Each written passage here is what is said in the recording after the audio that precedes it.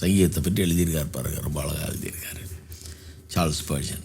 அவர் சொல்கிறாரு, இந்த வார்த்தையுடைய அர்த்தத்தை எப்படி வளர்க்குறாருன்னா சொல்கிறாரு, நமக்கெல்லாம் கர்த்தர் கண்மலையாக இருக்கிறாரு, கோட்டையாக இருக்கிறாரு, அரணாக இருக்கிறார், துருகமாக இருக்கிறார், அடைக்கலமாக இருக்கிறார். இதெல்லாம் நாம் விசுவாசிக்கிற காரியங்கள். இதெல்லாம் நம்ம விசுவாசிக்கிறோம்.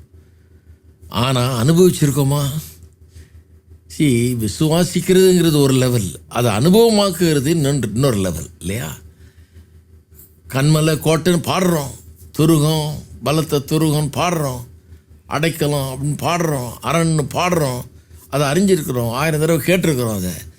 ஆனால் நம்முடைய ஆபத்து நேரத்தில், நம்முடைய பிரச்சனை நேரத்தில் அதை அனுபவித்திருக்கிறோமா அப்படின்னு கேட்டால் நிறைய பேர் அனுபவித்தது கிடையாது. என்ன சொல்கிறார் ஸ்பர்ஜனு 2ஆம் வசனத்தில்?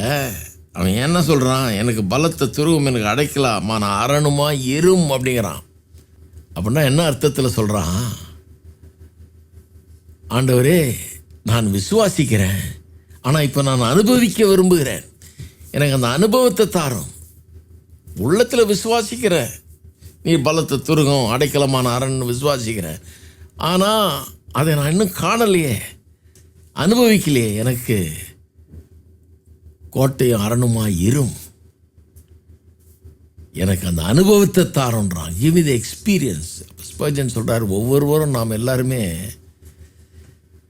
நிறைய காரியங்களை விசுவாசிக்கிறோம், ஆனால் அனுபவிச்சது தான் இல்லை. அனுபவிக்கும்படியாக நாம் ஜெபிக்க வேண்டும். நான் விசுவாசிக்கிறேன் ஆண்டவரே, கோட்டைன்னு விசுவாசிக்கிறேன், அரண்னு விசுவாசிக்கிறேன், அடைக்கலம்னு விசுவாசிக்கிறேன், துருகம்னு விசுவாசிக்கிறேன், எனக்கு அந்த அனுபவத்தை தாரும். இந்த ஆபத்து நேரத்தில், இந்த பிரச்சனை நேரத்தில் இதை நான் அனுபவிக்க எனக்கு உதவி செய்யும் கர்த்தாவே அப்படிங்கிறார். அதுதான் அந்த 2ஆம் வசனத்துடைய அர்த்தம்ன்றார்.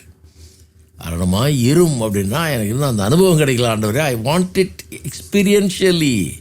அனுபவமாக எனக்கு வேண்டும், நான் நம்புகிறேன், ஆனால் எனக்கு அனுபவமாக வேண்டும் அப்படின்னு சொல்லிட்டு 3ஆம் வசனத்தில் என் கண்மலையும் என் கோட்டையும் நீரே அப்படின்னா என்ன அர்த்தம்? நான் ஏற்கனவே நம்புகிறேன், நீர் தான் கண்மலை கோட்டை, ஆனால் அதனுடைய அனுபவம் எனக்கு வேணும்னு 2ஆம் வசனத்தில் சொல்கிறான்.